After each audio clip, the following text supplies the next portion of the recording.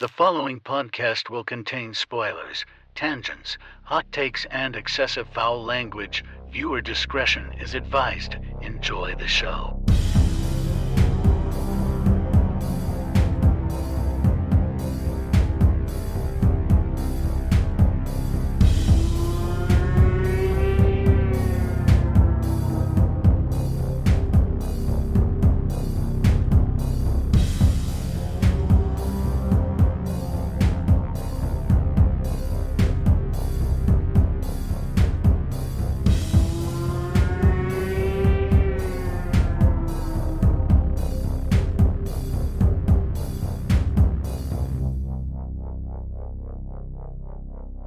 Greetings, horror fans, and welcome to episode 300 of Frightmares. I'm your host, Austin Proctor, and joining me today for 1981's The Howling is Michael Vyers.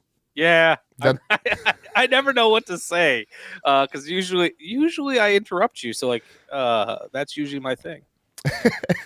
And I love it, and I love you for it. And joining us today also is, I almost said Amanda's lovely wife, Michael, but that's not right. Michael's lovely wife, Amanda Vyers. How are you today? I'm good. How are you? We are doing good over here. We usually don't have three people on the show, but hey, it's perfect because it's episode 300, which is crazy to me that we've been doing this many episodes. And Amanda is an avid werewolf enthusiast. Would you say that's like your favorite creature feature dealio thing? Yeah.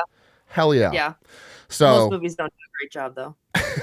Well, I am waiting with bated breath to hear your thoughts on this because I have quite a few hot takes and no one agrees with me. So I think I'm... I have thoughts about the Howling. Okay. Trust me. All right. We all have thoughts and feelings, which I appreciate because... people, if you don't listen to this show for my hot takes, then I don't know, because I feel like I have some wildly hot takes, and this movie's no exception. And it's not like I just make up shit to be chaotic. I genuinely feel this way about The Howling. So yeah, we're gonna get there. That's at the end of the show. We're gonna do the pre-show stuff here now. We're gonna talk about the history with this movie. My history is very plain and simple.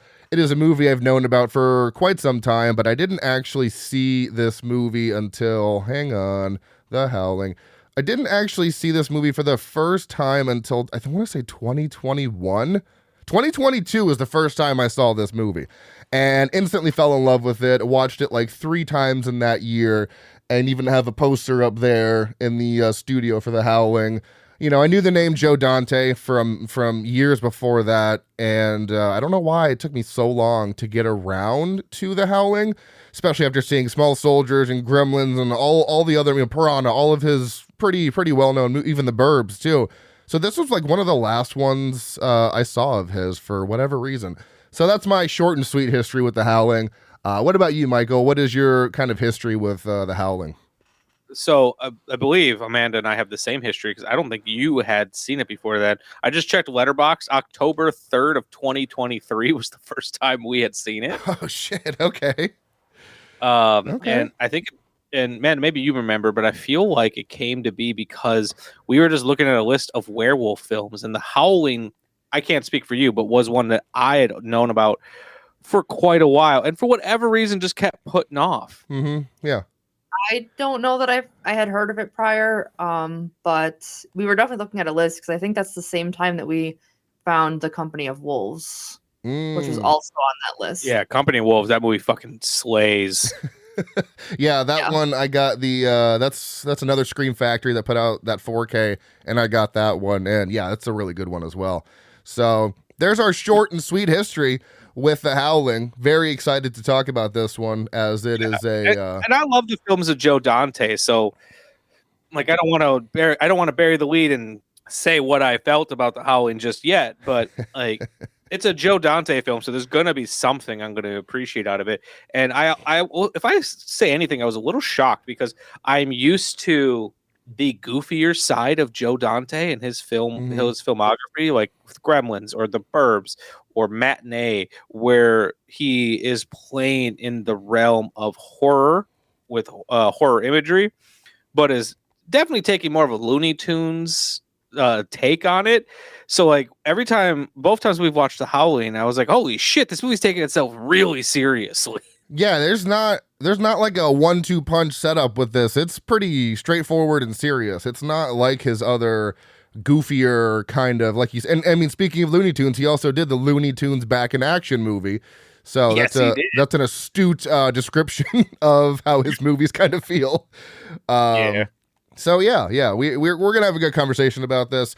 We're gonna talk about what did Jason make me watch this week, and keeping up with the Fulci trend here. We're doing The House by the Cemetery because this is part of it's part of a trilogy, and I say that with quotes because it's the Beyond, the one I just mentioned, House by the Cemetery, and the City of the Living Dead, like the Undead It's like an Apocalypse trilogy or something like trilogy. that. There we go. Yeah, and I think like it's one of those unofficial trilogies, kind of like John Carpenter's unofficial Apocalypse trilogy. Yeah. So He has an unofficial Apocalypse trilogy. yes, so that is the Thing. Yeah. Thing. Okay. Escape from Prince New of York. Darkness? Yeah. Escape from No, New York. Escape from New York's not part of the John Carpenter trilogy. Yeah, it should be The Thing, Escape from New York, and Prince of Darkness, right? No? No. No? Hold on, I'm looking it up. I don't think I've seen Prince of Darkness. That one doesn't. Yes, you did. I It's did? the one with the big vat of like goo in the basement. They're all like hanging out at the church together. It's my favorite John Carpenter movie. Me and Austin do not agree on this film because I thought it was really boring. Maybe that's why I don't remember it. All right, it is The Thing, Prince of Darkness, and In the Mouth of Madness is okay. Apocalypse trilogy. That's right. I knew I was forgetting one. Okay. So yeah, me and Austin don't agree on Prince of Darkness, but I do want to watch it again. most people don't agree with my thoughts and feelings on Prince of Darkness, and that's okay. I totally get it. It's not everyone's favorite or even up there, but it's for some reason it's just my favorite John Carpenter. So Fulci's whatever Apocalypse trilogy, The House by the Cemetery from 1981. Of course, I don't have my notes for that. Here we go. So the description is: a New England home is terrorized by a series of murders, unbeknownst to the guest that a gruesome secret is hiding in the basement.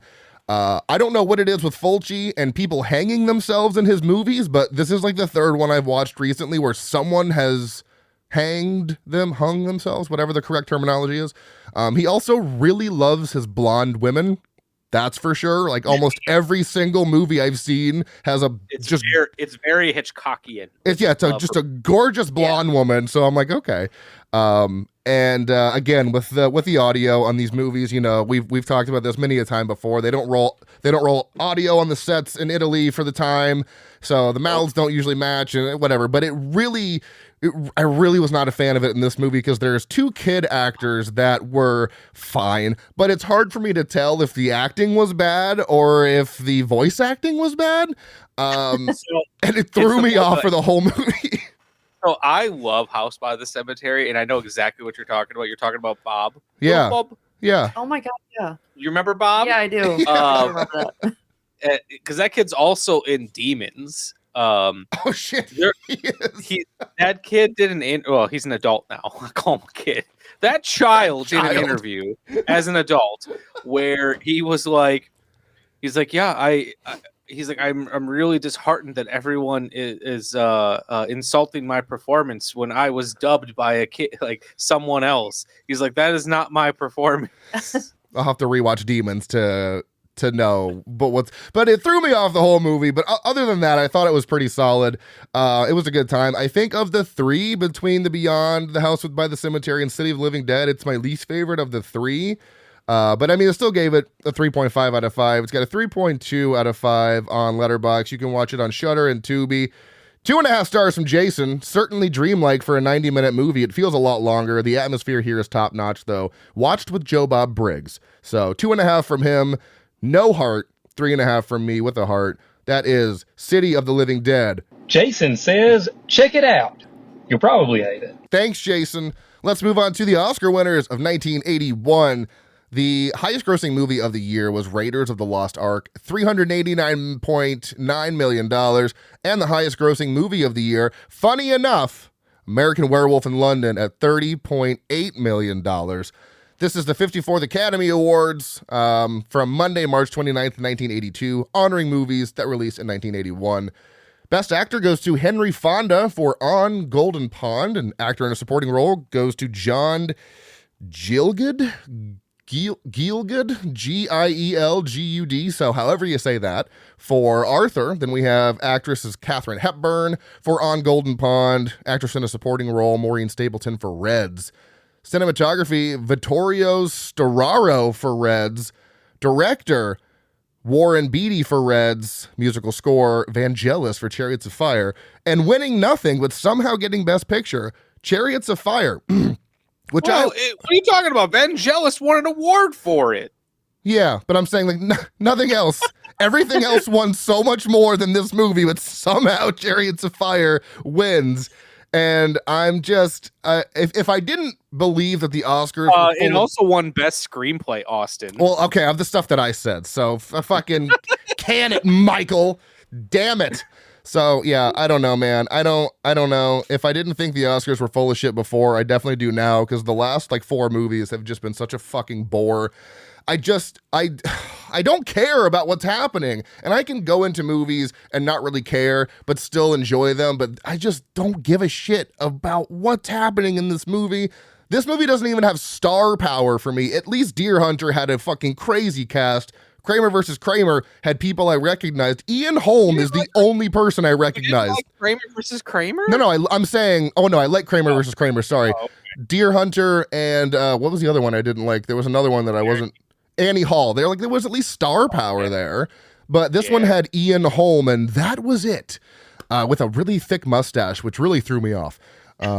But yeah, it's about people for the Olympics and running, and I just don't care. It was not interesting to me. But again, I'm not rating it poorly just because I didn't like it. It's rated right in the middle at a 2.5 out of 5 because it's not like I thought it was bad, but I didn't think it was good. It was just boring to me, and I didn't have there was no really redeeming quality. I didn't really care about what was happening. I tried. I really did try to get involved into it, but there was nothing in there that was engaging for me in any way. And this one has you don't care about someone running for God's pleasure? Oh boy, do I not even kind of. He can feel God's pleasure when he's running. Yeah, that was something. They say it a couple times in that movie. Yeah, he does. And you were in the room, but you weren't watching. No, she was watching passively. He told me what it was about, and I was like, "I've not." It's a British movie about people running. Yeah. She's like, "I'm out. I'm out." Yeah. Side note. What's that? I just realized that I think the reason we watched The Howling was because of American Werewolf in London. Oh, yeah, that year because they came out the same year. Same year, yeah. Didn't they have a similar? Well, because we could talk about this a little bit later on too. Yeah. Rick Baker was signed on to do the effects on American Werewolf, and John Landis was like, "Hey, buddy, you made a promise to me that if I ever got this movie going, you would come join my movie." So Rick Baker had to walk off of The Howling and pretty much had his assistant Rob Bottin do all the effects because he promised the murderer John Landis that he would do his movie. Yeah, that's why we watched this originally. We had gotten American Werewolf London, and that's my favorite. So. Yeah. Okay. Yeah. Oh boy, you're not gonna like all my hot takes on this movie. And for a name, Chariots of Fire, I was expecting horses and buggies and racing, and I'm like, these are people on feet. Boring, so misleading, so boring. So I think my one, I had a whole review planned in my head that I was going to say the only thing I dislike more than running is watching Chariots of Fire, but I actually ended up liking Chariots of Fire more than I was expecting. Even though I don't like it, it wasn't as much of a drag as I was expecting. Okay. So I didn't want to use that review anymore. But I think my review to you was it's like Challengers, but less gay and less fun. Yeah. I think we can still use that review because that's a great review. Also, it definitely needed horses. I might have cared. Yeah, I might have cared more if there was some chariots. This movie was essentially Seabiscuit, but instead of horses, it's people. That's dumb. So so there's I didn't the star power, the lack of star power doesn't bother me necessarily because I think the performances they got were really good for the type of movie they're doing. There was all of the running sequences are really well fucking shot and really well composed. And then let's be real, that Versailles fucking score. It's great. Yeah. banger. And not even just the the main theme that everyone knows, but so many of the like little interstitial pieces of music throughout this and how synthy it got. It's like, why does a movie that takes place during World War II have so much synth, and why am I into it? Imagine those glorious shots with a horse. I know. If there would have been a chariot on fire in this movie, it would have been so much better. Like, also, I did not know this is where that song came from. Yeah, neither did I until the opening credits, and I was like, oh. Like the Passion of Darkly Noon, where you just saw the big boot that's on fire in the water. If there would have just been a chariot on fire, even in the background. Yeah, I don't care, just somewhere. Anyway. It didn't even have to make sense. Every time I say Chariots of Fire, I think of the Modest Mouse song, Lampshades on Fire. Yeah, that's fair. So I didn't give my review for Ordinary People on the last episode, so my review for that was the best part about this movie was when the mom left, and that'll make sense when you watch it. My review for this movie is renting this for $3.99 is my biggest regret of 2025 thus far for Chariots of Fire. So do with that information what you will. And I commented on it that you got to be using your local library, son. I paid nothing to rent. Did you comment on that? Really? Yes, I did. Chariots of Fire. Oh, shit, there's a comment. Get yourself a library card. Oh, shit. That's how I got Annie Hall as well. I ain't paying for this shit. All right, I have to do that in the future because, yeah, this is something that my library would have. Also, your library is good. Support your library. Everyone out there listening to Frightmare's podcast, support your local library. Go to your local library. You can't watch this anywhere streaming unless you go to your library or rent it for $3.99 like my chump ass did, which I'm not going to recommend. Oh, not only did my library have it, but they had two different copies of it. One was like, I don't know if I'm going to watch the special features, but yes, I want the 2-disc special edition DVD of Chariots of Fire. I'm not surprised they had two and they were both available. That's not surprising at all. So,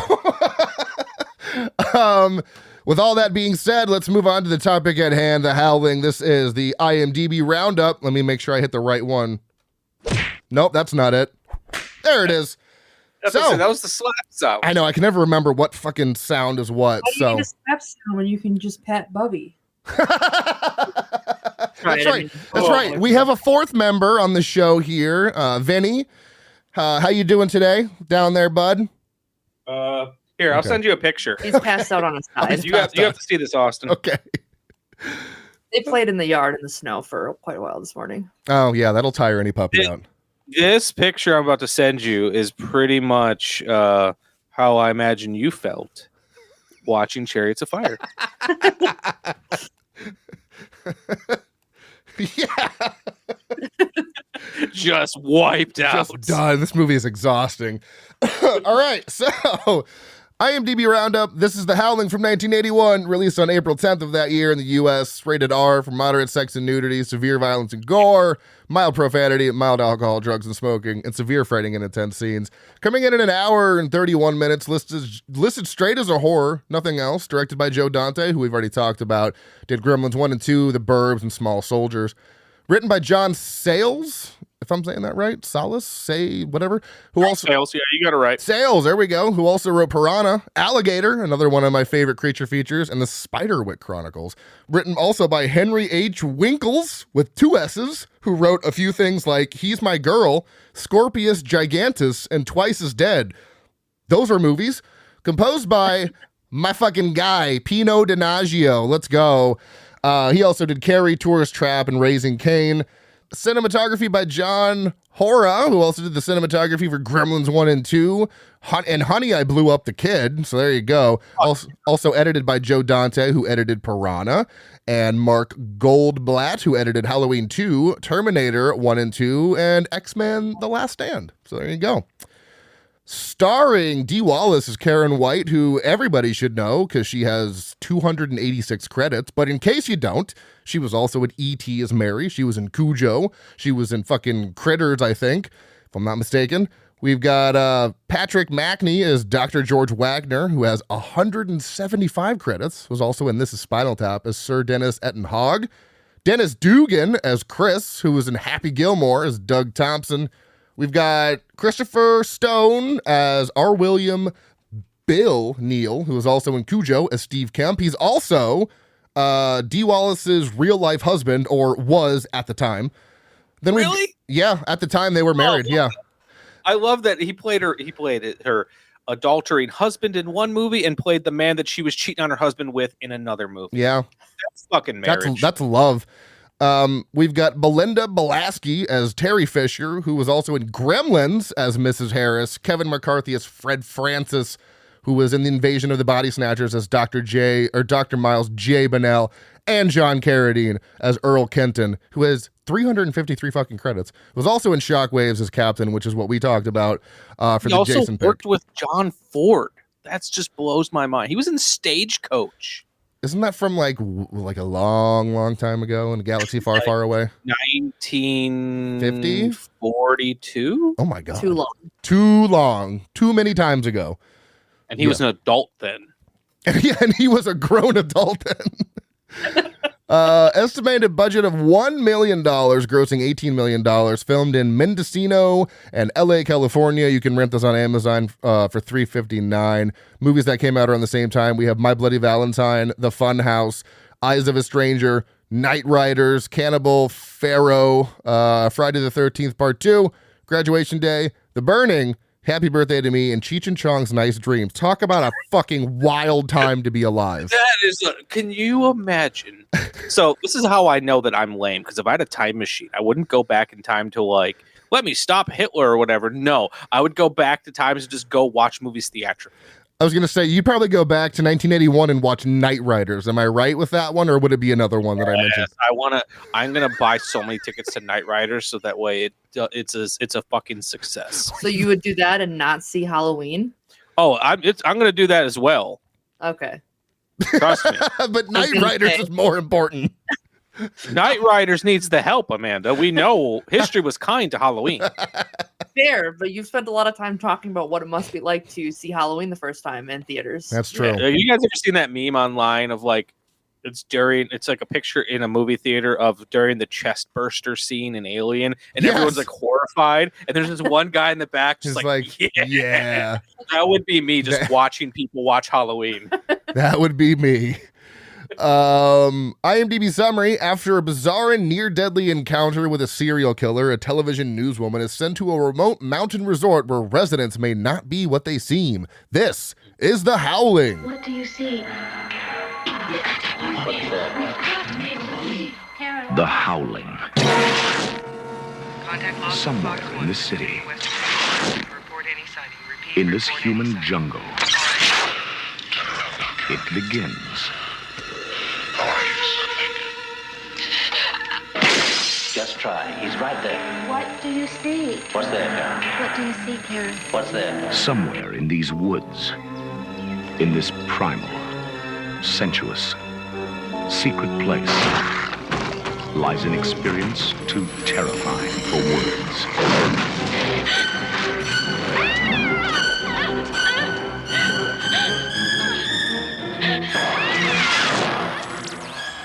And now, all anyone can do is watch and wait. Tonight I'm going to show you something. Make you believe.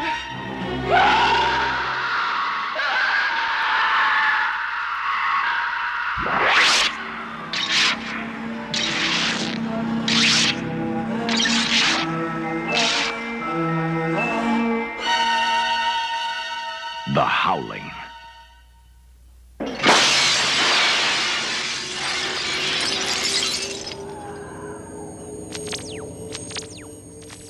So we'll go Amanda first. Overall thoughts on the movie, just kind of a general like thought bubble. What do you have for The Howling? I think the effects were really good, but I did not find the movie as interesting as I wanted to, just like the storyline. Okay. But it was very well shot and the effects were great. Yeah. Okay. Michael, what do you got? I'm kind of in the same boat. I don't love this movie as much as other people. Honestly, keep forgetting. Both times I've watched this movie, I've been blown away by how weird this setup for this fucking movie is. But once this movie gets cooking, it's a pretty tasty meal. Oh, I have to add, the werewolves have big ears, and they get like a +1 for that. Big Okay. fuzzy ears is how you get Amanda on your side of your werewolf. All right. So I'm going to be the only one that thinks this is an incredible fucking werewolf movie. I love the story. I think it's unique. It's engaging for me.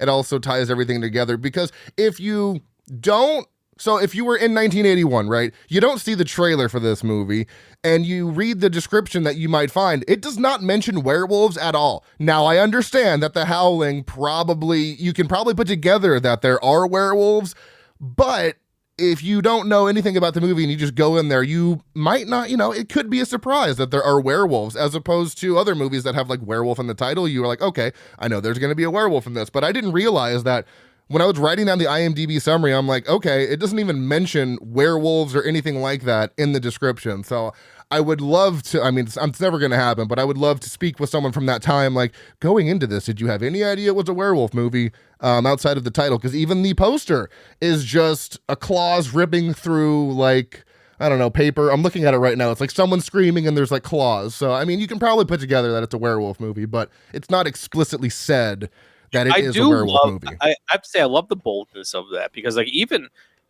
as the movie's progressing, you really don't know this is a werewolf. Even like when she's attacked in the porno theater, you don't know what she's attacked by. They don't show you anything. And right. They hide it very well. Yeah, and then the first thing like anything. Yeah. And then the first inclination you get that, oh, there's some big hairy creature is when Bill is attacked in the woods and he gets scratched. And you're like, oh, okay.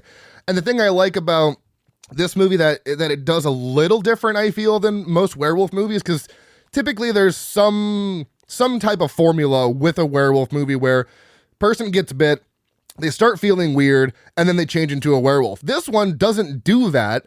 And at least if I'm missing something, but Bill, he turns into the werewolf with the lady, Belinda, or whatever her name is. What the fuck is her name? I just saw it.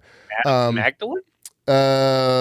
Belinda, Belisk. Oh, is it Terry? Is that the one? Is that? No, Terry's the friend, I think. Who the fuck is? Like investigating werewolves. Hold on. Yeah.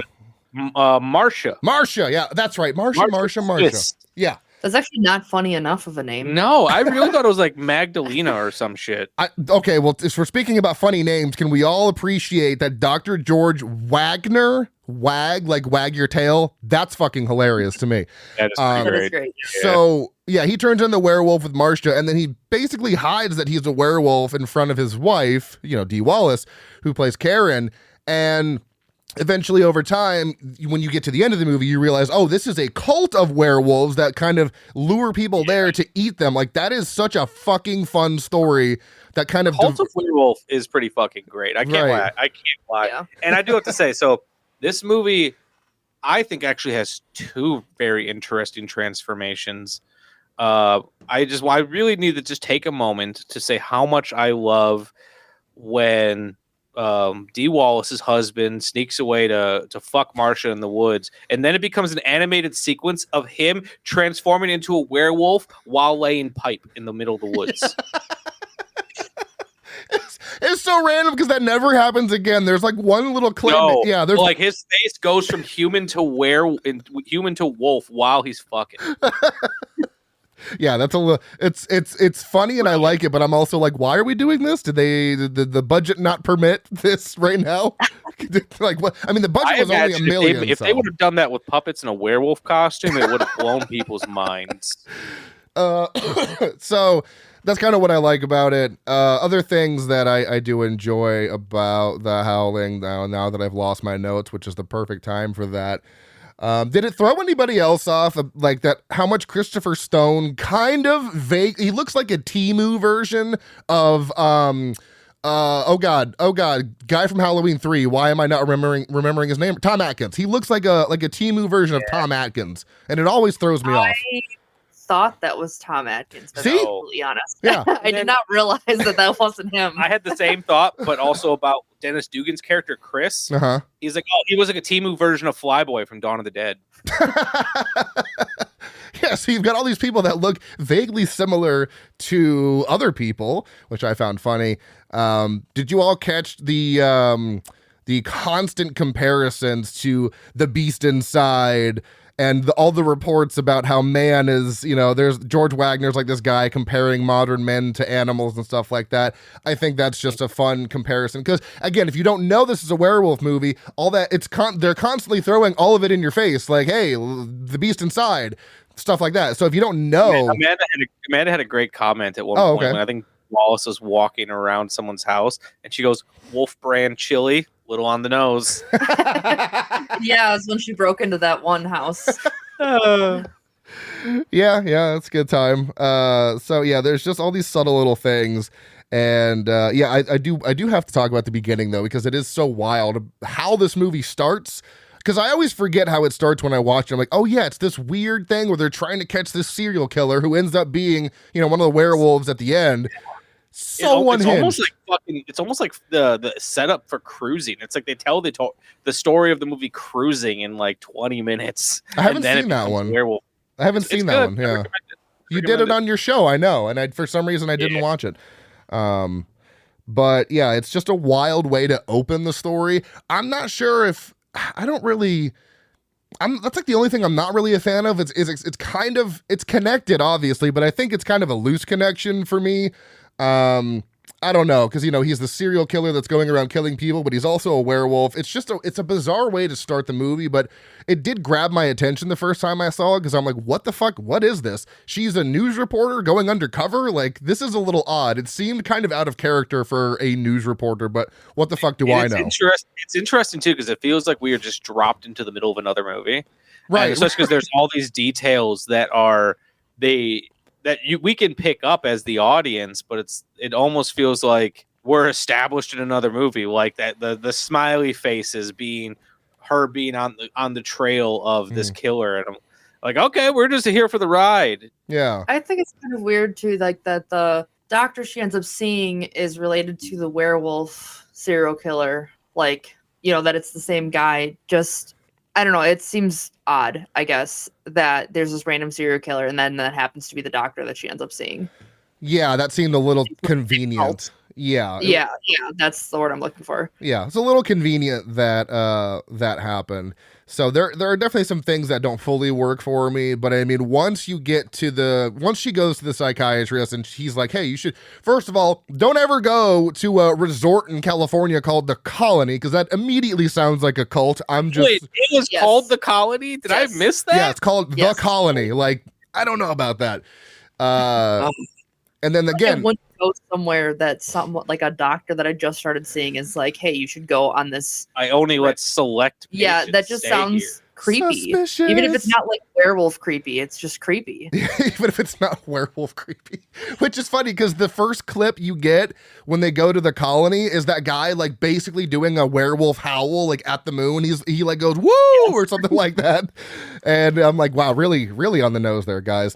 But yeah, once you get to the Colony, and I think the story ramps up. But I feel like a lot of people's problems, and maybe this was a problem you guys had, is it's kind of slow. But again, it is. It's hard because I'm not necessarily opposed to slow movies. I'm not opposed to long movies, but sometimes it works and sometimes it doesn't. Mm-hmm. And yeah, for some reason, I just like when. There was things that throughout the movie that like, ooh, I like this. Ooh, I like this. It's just sometimes getting there. Yeah. I feel like I remember liking it a lot more last time, so it might have just been like a mindset thing. I didn't apparently log it in Letterboxd last time, so I don't actually know what I would have reviewed it then. But I remembered liking it a lot. Okay. And I do still want to see the other ones because we've never seen any of the sequels, and I know there's quite a few of them. There are 8 sequels. What? Okay. There are that's a lot. My wife told me, she was like, did you know there's 8 sequels? I was like, there's 4. No, there's Howling 2, there's 3, there's 4, there's 5, 6, 7, and then there's Howling Reborn. All the way up from 1981 to 2011. So 20 years. And I'm like, wow. I'm like, they can't all be good. I know Howling 2, your werewolf is a sister. Or your werewolf is your sister's a werewolf. There we go. I know that one I've heard is pretty fun, and even the third one. But past that, I'm like, they can't. I feel like one of them is like wombats or some weird shit like that. And I'm like instead of wolves. That would be fun. I think so. I really do want to watch them all, and I'm trying to track them down. Like 1, 2, and 3, already, 2 and 3 are in my card on Amazon, but 4 through 8 is gonna be a bitch to find. Let me tell you. So I don't know if I'm gonna check your local library. Could you imagine if they had every single fucking Howling movie? Oh my god. They might. If you don't see it on the app, go in there and ask them, and they can check their databases. Oh shit. Okay. There is a DVD of a few of them that I'm gonna try and cop those. But yeah, I don't know if I can't find them at the library, then I'm gonna have to do some digging to find all of them, because that's my goal for this year. Let me talk to some contacts I know and see what I can find for you. I will gladly take all of them, as long as it's not a stupid amount of money, because I have to see all of them and see how bad they are, because I know they cannot be. There's that many. This obsession reminds me of when Amanda and I were really dedicated in seeing Amityville 1992. Oh, I have that one. Yeah, well, it wasn't super available for the longest time, but it was right around the time that we watched the Amityville Horror on the podcast. Okay. And then I was like, Amanda, do you know there's like 20 sequels to this? So she was like going through Wikipedia, and Amityville 1992 stuck out at her because it was Amityville subtitle. It's about time. Yeah, and it's literally about yeah, it's literally about time. So I was like, holy shit, a movie where the title tells you exactly what it's about. You gotta love an on the nose title. I bought that box set from Vinegar Syndrome, where it's like Amityville Dollhouse in 1992 and Back in the Habit, or whatever the fuck they are. I bought all those, so I gotta watch those. No, okay. that's a Sister Act. That's Sister Act. I was gonna say, like, wait, what? No. So Sister Act is great. Yeah, no, Sister Act is great. If I can't think of a sequel, it's usually either Break Into Electric Boogaloo, or it's Back in the Habit, when I can't think of what the sequel name is. Or my favorite sequel title of all time, Die Hard 2, Die Harder. Die Harder. The Howling 2, Howl Harder. So honestly, let's talk about some things that you guys enjoyed before we moved on to things that like didn't specifically work. Is there anything that we haven't talked about yet that stuck out to you as like, obviously the transformation is pretty fucking stellar, but was there any other beats of the movie that you enjoyed, even from like the camera work or the score or anything? Obviously I love the score, but let's go with Amanda. What are some things that kind of stuck out to you that you did enjoy?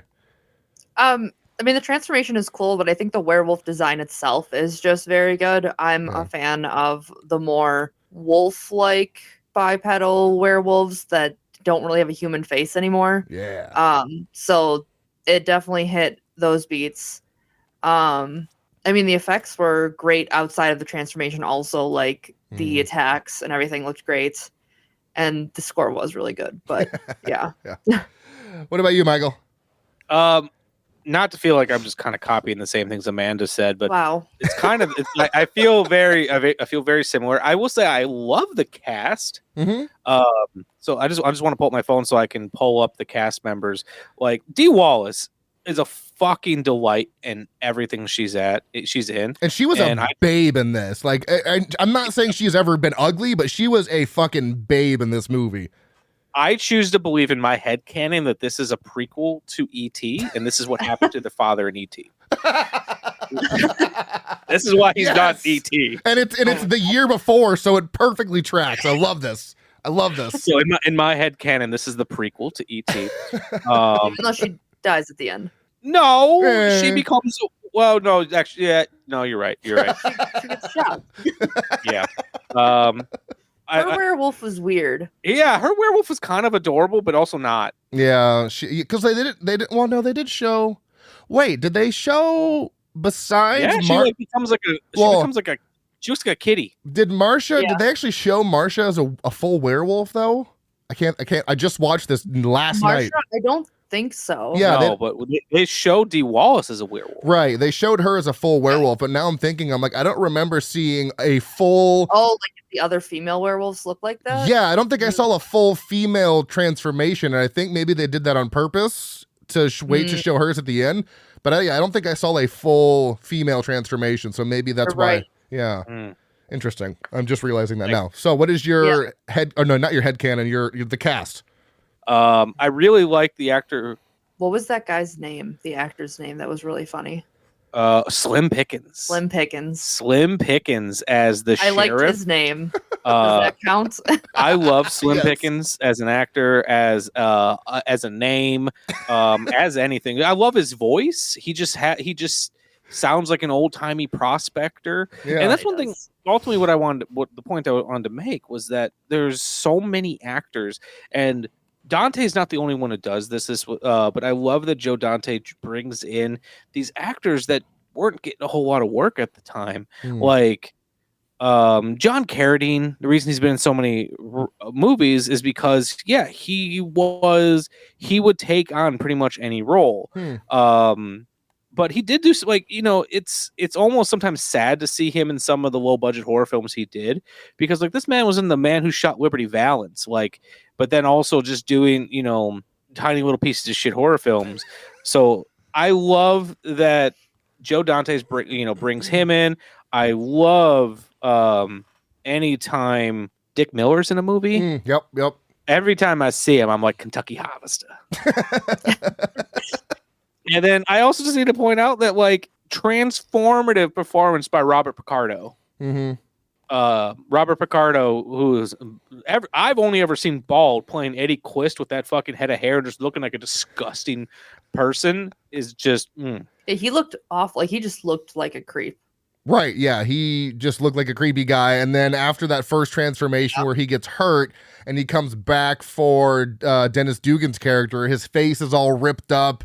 And it looks crazy. And I think that's another kind of point that I love about the movie, is the fact that we think Eddie dies, or at least that's kind of the vibe. Or no, they said he got away. So you think Eddie got away from the scene because they shot at him, but he ran away. But then he pops up at the end, and you're like, oh shit, he's involved in this and he's a werewolf. Okay, that's fun. And then I thought they did shoot him. Yeah, they shoot him because then they go to see his body in the morgue, and there's claw marks on the morgue door. That mortician guy, he's like, he was here earlier. Yeah, that's right. There we go. Yeah. Oh, and then he just has a cheeseburger next to his the brains. And that was so gross. And he referred to them as meat. He's like, I don't normally have television people coming to see the meat. I love when he knocks on the thing. Guests, Eddie. This guy's been doing this job for way too fucking long. He didn't walk out of here.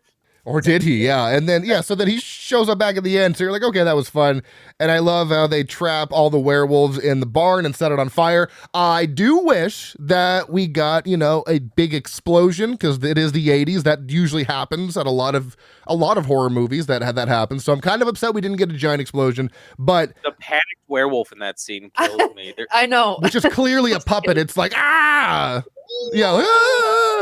great time. And then the ending. I think the ending is fucking so amazing, because she got bit on the on the car ride out, and she's like, we have to tell the world about this. They have to know about this secret society. It's very reminiscent of I guess this is before Halloween 3, but it reminds it reminds me of Halloween 3 when they when they're showing it on air and she transforms, and then it's also very bleak because Dee Wallace fucking dies at the end. She gets shot by a silver bullet, but all in the name of getting it out then, there.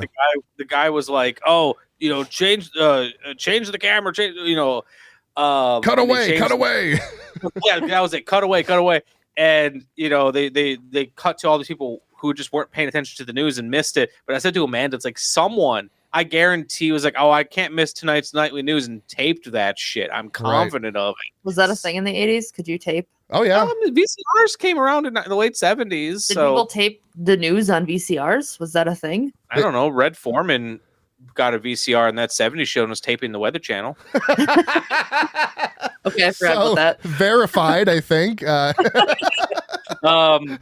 So I'm sure there's one person who has a copy of the werewolf who got its head blown off on the news, and it's probably being sent around in tape collecting circles. Yeah. And then you have the people at the bar too, like, man, they can do anything with special effects these days. Yeah. Bro, it's 1981. I wouldn't believe that shit if I saw that on the news. I would be like, hey, there's a werewolf on the news. There's special effects, my ass. No way. But at the same time, you're watching a movie from 1981 where they did have those special effects. Touche. Very, very good point, honestly. That still fucking hold up. still hold up today. And then we get a great credit hamburger that is being cooked so horribly. When he flips that burger, it made me so mad. I was like, you what? left half of it behind. What happened there? I know she said rare, but she looks right at the camera too, like winking at the camera. Like, how do you want it? Rare. Wow. what a way to end the movie. Oh, it pissed me off how poorly that hamburger was being cooked. Like we actually had cheeseburgers for dinner that night. This was our Valentine's Day was cheeseburgers and the Howling in true 1980s fashion. Yes. And it made me want another cheeseburger, but the way they flipped it just it irked me. Yeah, it's like, oh my God. How do you mess it up so bad? It's not that hard to grill. This is a guy whose job is to cook food, and he's not doing it very well. It's my first day. I don't know what to do. I'm new. I don't know what to do. Okay. So I only had like 2 dislikes really with this movie. And I think the intro to the rest of the movie is kind of loosely connected. It's not the greatest for me. The random animation scene, while I do like it, is very out of place. And the fact that Karen had about 400 years to run away during that transformation, like, that girl, was so dumb. Yeah, girl.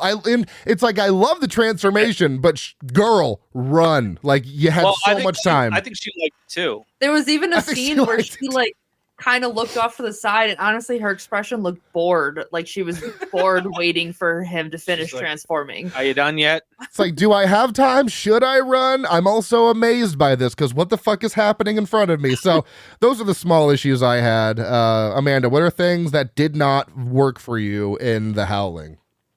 Her standing there while he was transforming really bothered the shit out of me. Yeah, like fair. She could have ran. He could have caught her. Like it could have been pretty much the same thing. But her just watching him transform for like 10 minutes was really dumb. Yeah. I don't love the beginning. I don't know. I feel like there could have been a more interesting way to set up the beginning by getting rid of, like, I don't really think there needed to be like in the porno theater with making her watch like essentially a rape scene. Yeah. Not a fan of that. I didn't think it really it wasn't necessary to, like, it didn't really tell us anything about them, or it didn't add to the story. So I don't really think that was necessary. But I think that's mostly it, other than, like I said, I can't really explain it, but something just felt boring at times. That just wasn't as engaging as I wanted. Yeah, of all the things they could have played in the porno theater, like a regular sex tape, no, they had to play basically what looked like a snuff film. Like, this is what we chose to throw in there? Guys, come on. Can't we show something where both parties look interested? Whatever. Michael, what are things that did not work for you in The Howling? So I'll play slight devil's advocate on that beginning. I actually really liked the beginning, but I would have liked it better in a different type of movie. Right, yeah. It just didn't, on its own, just as like a little short film. Yeah. I actually liked it quite a bit. But I do agree it does not work in this type of film. I almost I love the idea of this retreat and or a vacation that becomes, a setup for a werewolf, a cult of werewolves. And I try not to think about how would I redo this, because that's not helpful necessarily, but I couldn't help but think, man, I would love to see Midsommar meets the Howling. Ooh. And that'd be interesting. And because realistically, so I think that's what it comes down to. There's just it was kind of lacking this creep factor in a lot of ways, where they get to this group of werewolf people that we don't know are werewolf people, and they think they're all just there for a therapy sesh, girls or whatever. trip. yeah they're there to take some colloidal silver and just vibe, but I wish everyone was so fucking friendly. I guess that's fair for being a cult setting. It didn't really have the creepy cult vibes. It felt more vacation-y than you show up at a weird creepy cult. Yeah, so they could have been friendly, but they could have still been kind of ominous, weird. Yeah, they weren't very mysterious, I guess. I'd say Marsha was probably Marsha was really the only kind of mysterious one. I think. She was the leader. And then, Marsha's weird brother, who, was the dog when they were hunting, which I think was really funny. That was. I forgot about that. And then you kind of had John Carradine there as, in his own way, kind of the harbinger but like he's also there. He's like one of the guests. So I don't know. Like I liked the concept. I didn't necessarily get behind the execution, but it's not to say I disliked this film. I think this is a film that we're still going to return to because I think I gave it 3 stars. Like, I gave it 3.5. So there's not a ton of werewolf options that are actually like where I like the werewolves and the transformation. So I feel like my options are kind of limited. Right. Yeah. And it's like a saturated subgenre too, but there's not a lot of ones with like really, really good transformations, in my opinion, too. So I agree. Yeah. With that, so I mean, I definitely liked it. I do want to see the other ones because I'm curious where they go with it and how ridiculous it gets. Yeah. Right. Yeah. Yeah. Okay. So, and I'd like to see it again and see if it is just like a weird timing, because a lot of whether or not I like movies is whether or not it vibes in that moment. I mean, 100%. Yeah, 100%. There's plenty of times where I'll watch a movie and not vibe with it and then revisit it and love it. And, so it is all about timing. It's about where you're at mentally. Maybe that wasn't what so yeah, environments really do affect your... Who knows? Later on, Austin could be like, you know what? My favorite movie of all time, guys, you're not going to believe it, is Chariots of Fire. It could happen. That would require him to rewatch it, though. In a parallel universe where Austin loves Chariots of Fire, it's not a universe I want to live in. So I've got some hot takes, as I said before. Probably gonna, maybe I should just do them right at the very end before we are done with the show, so people don't stop listening now. But so this is, for me, this is my favorite werewolf movie. I know people are going to be like, but what about American Werewolf in London? Still a killer werewolf movie. I'm not going to downplay that movie. I don't think it's bad. I think it's fantastic. I love American Werewolf in London.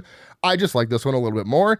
I think this has my favorite transformation scene. And to verify, I rewatched American Werewolf in London today. And again, there's nothing wrong with that transformation scene. I just love the bubbling skin in this, how the chest pops out. Yeah, and like the fingernails extend, the teeth extend. I just think it's a more fun transformation. But I do think that the American Werewolf in London, it's a lot like it's more about his experience of what he's going through in that one, because it looks painful. Like he's like, this fucking hurts. But in this one, they're like happy to be. It almost seems like they're happy to be changing into werewolves. Like it doesn't seem as painful as the one did in American Werewolf in London. Yes, you make a good point. It is almost like an ecstasy thing. It's like when you're cleaning your ear with a Q-tip and it's just right. Yeah, you're like, oh. I kind of figured it was. I guess I didn't really think about the fact that her husband Bill was new, but I kind of figured it was because most of them had been doing it. Like that too. It's something that they're comfortable with, whereas like in American Werewolf in London, that is the first time he's transforming. Right, exactly. And I'm sure the first time is brutal no matter what. Yeah, so that's exactly adds to the point of like that was his first. So you're seeing his first time as opposed to these werewolves in this movie. They've done this. The cult has done this countless times. I'm sure it becomes a form of weird like pleasure for them. And this is. This is also my favorite looking werewolf. I think it's gritty. It's on its hind legs, which I like. It has more movement than American Werewolf in London. Obviously, there's some scenes at the end when he's, on the ground and crawling, but I love the on the hind legs, moving around. It's a guy in a fucking suit. The face has animatronics in it to move the eyes and the mouth and stuff like that. It's a killer looking werewolf, and it irritates me that my favorite werewolf, like looking werewolf, is from fucking 40 years ago. Like what's going on, guys? How have we not made... It's so disappointing. How have we not made an equally excellent werewolf design since the 1980s? Because American Werewolf in London is also a solid design. It's just it's more close up on the face and until the end when it's walking on all four legs. But it's like all the iconic werewolf movies, like, not including like the Wolfman and shit like that, but like the iconic werewolves. I think that we are all into were the 80s. So like the Howling and American Werewolf, Silver Bullet, I think is an incredible looking werewolf. What was that one? Was it like Full Moon? Oh yeah, I think so. Bad Moon? Was it Bad Moon? With Bad Moon, yes. Where the guy living out in the trailer.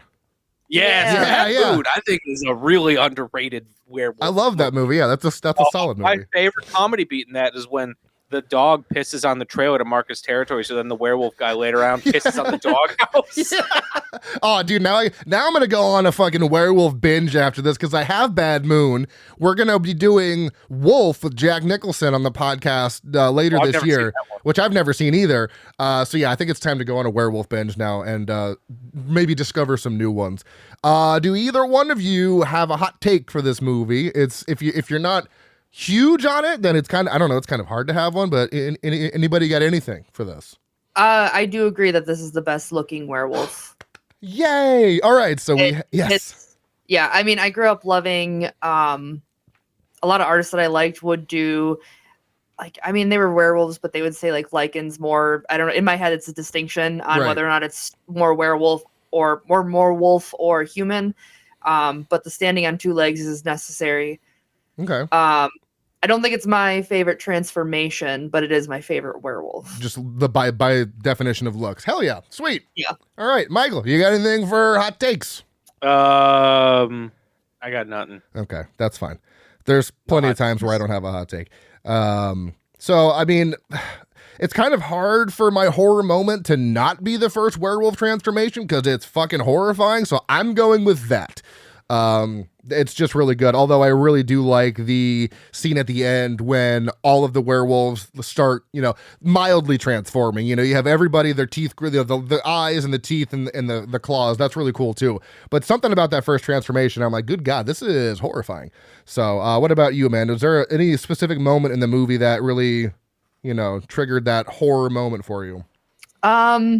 When, ironically, despite how annoying it was that she stood there, but like how slow his transformation was made it more horrifying, even though I didn't like love her standing there because of how much time you spend watching his skin bubble and how gross, and like, I mean, you feel like it should be painful. Yeah. That I think was the most horrifying. I think the partial transformation that her husband does when he's with Marsha, that one I don't think was very horrifying. Yeah. It didn't go far enough. Okay. Didn't look as gross. What about you, Michael? Horror moment for you? So for me, it's honestly in that opening in the porno theater was such an unsettling and kind of horrifying scene because we didn't know what was going on. She didn't know what was going on. She's in a darkened room. Things are happening. Cops are just fucking opening fire.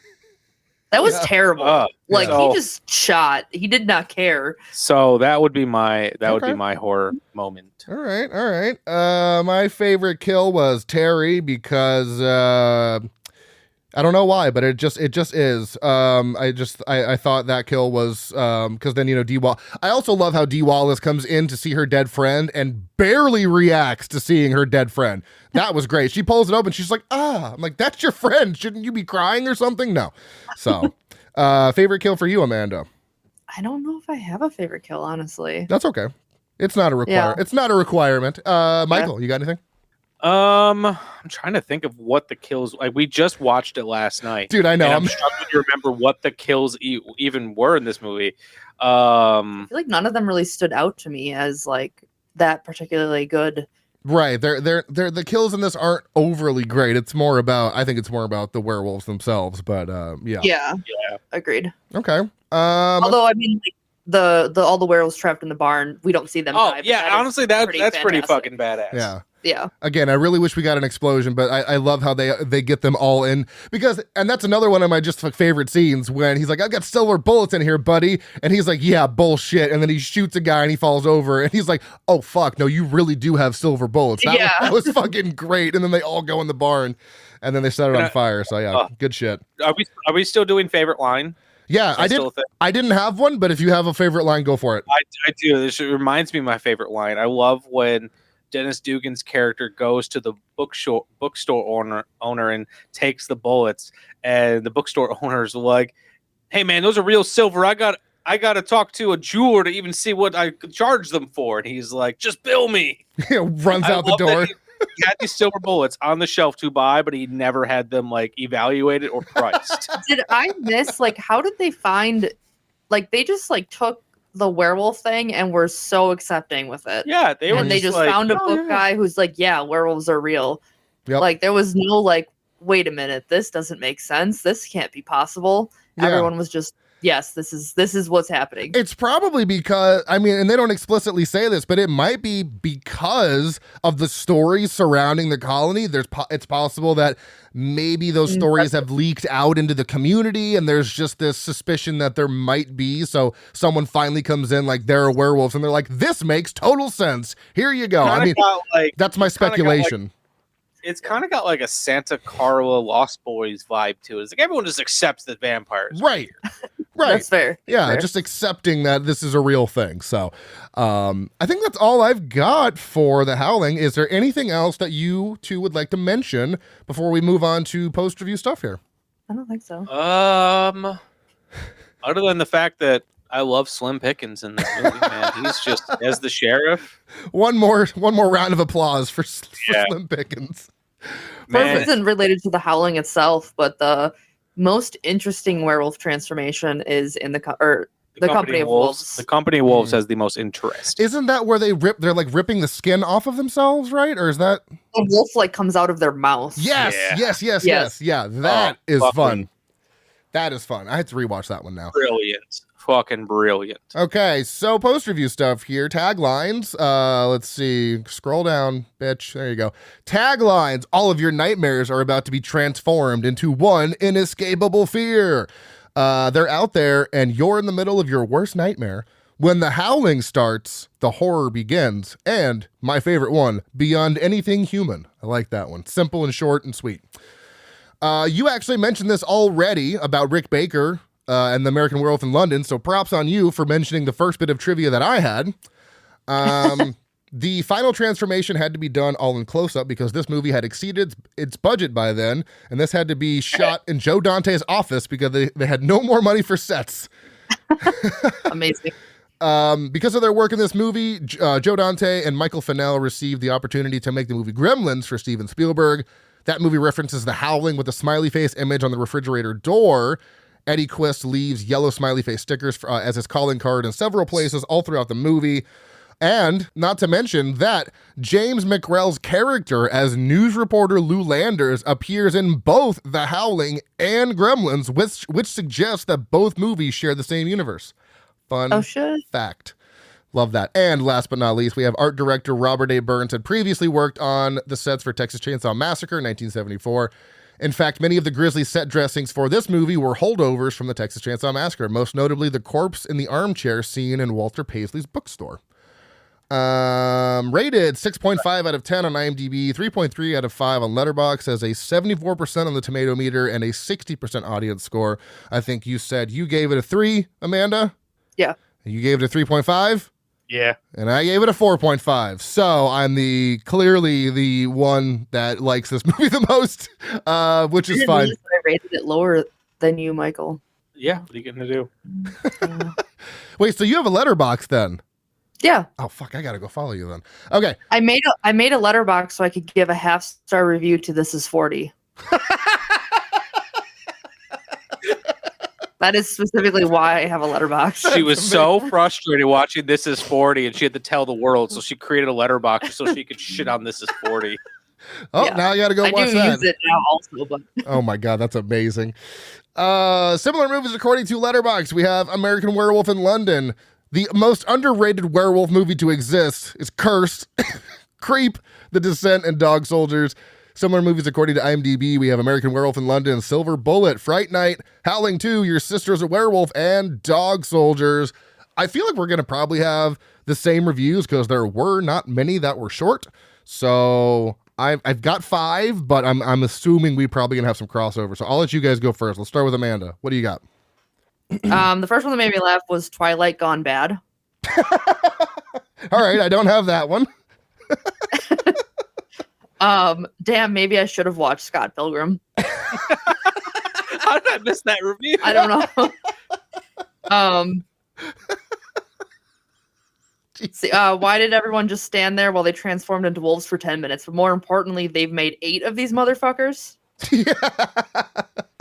I have a review similar to that. Okay. And then my last one. This movie made me want to break my house arrest. Good luck finding me. I'm not going to leave any clues. Jesus. Those are all so much better than what I have. Maybe I should have gone first. When I edit this, maybe I'll put mine first. All right, Michael, what do you got? You want to go first, Austin? Let me go first because I don't think these are that great. So 4 stars from Will. Never ever under any circumstances attend a retreat of any kind in California, like we mentioned already, especially one called The Colony. 4 stars from Colin. Are you even watching a real movie if there isn't a rotoscoped werewolf transformation sex scene in it? I saw that one. 5 stars from Jay. Nothing ever goes right when werewolves have orgasms. Yeah, and then kind of one like what Amanda read. 1 star from Angelina. Karen had approximately 3 hours to run away while Eddie transformed into a werewolf. And my last stupidest one that made me cackle is 5 stars from Hunter. It's finger lichen good. Fucking brilliant. All right, well, there is no spillover because I have completely different ones. Wow. Okay, let's go. All right, so I got 4 stars from Timmy, which I should point out he is actually from my favorite sketch comedy troupe, The Whitest Kids You Know. Oh shit, he has a letterboxd? Yes. That's amazing. Okay, continue. He says, the more middle-aged I get, the more mad/shocked I become that Dee Wallace's character's husband cheated on her. Because what the fuck is wrong with you? Maybe this is, and then it says, maybe this is the dad from E.T. So he had the same thought as I did. Love it. And then this one is from it just gave it a heart, and it's from Bob Rose. He hosts my favorite screenwriting podcast. Okay. Writers Blockbusters. He said, love it when the director of Happy Gilmore kills a bunch of werewolves. Then this one is Kenzian, half star. I mean, for starters, it shouldn't take that gosh darn long to turn into a werewolf. Like, why does the snout take a solid 3 minutes to stretch outwards? All right, this one is from Violet Zombie, 1 star and a heart, which I love. Horny werewolves, period. Yep. All it says. Okay. This one is from someone named Zach, Z-A-K, 1 star. Imagine being able to turn into a werewolf at will, but it takes 17 minutes. That would be so disappointing. And then my final one is from Bren99, 1 star. D Wallace's tennis outfit made me gay, ... And then I can't believe this came out the same year as An American Werewolf in London. Can't help but compare them. Not sure which transformation scene is better, to be honest. But overall, the movie was super underwhelming and boring to me. The story has no pizzazz. But I picked it mostly because Dee Wallace's tennis outfit made them gay. Him or her? It just says Bren99. I don't know. I'm not here to judge. I mean, I'm assuming it would be okay. I mean, if it is a if it's a guy, then I mean that okay. It looks the picture. It changes it, I guess. Yeah, I was gonna say it changes it because that means Dee Wallace is ugly. Right. The picture looks like a feminine presenting person. Okay. Then that makes more sense because I'm like, if this is a man insinuating that Dee Wallace is not attractive, I take very much issue with that because she's a babe. So it's gonna be like that scene in Jay and Silent Bob Strike Back. Where we're gonna knock. Did you write? Dee Wallace made you gay, and then we're just gonna beat him up. Yes. How dare you insult Dee Wallace? How dare you? So Michael, where can everybody find the sultry sound of your voice on your podcast? So you can listen to the Shameless Picture Show on all your favorite podcast apps of choice. You can also find us directly on cinepunx.com. That's CINEPUNX.com. I love it. So if you enjoy the show, please rate and review on your favorite podcast app of choice. Follow us on Facebook, Instagram, TikTok, and Slasher app at frightmarespodcast, or email us stayspooky@outlook.com. You can also follow me personally on Letterboxd at Dr. Proctor. Michael is Vyers102008, no underscore? Yes. Amanda, what is your handle or whatever they call it on Letterboxd? Amanda R. Vyers. Perfect. Next week, me and John will be back doing Poltergeist from 1982. So until then, stay tuned and stay spooky.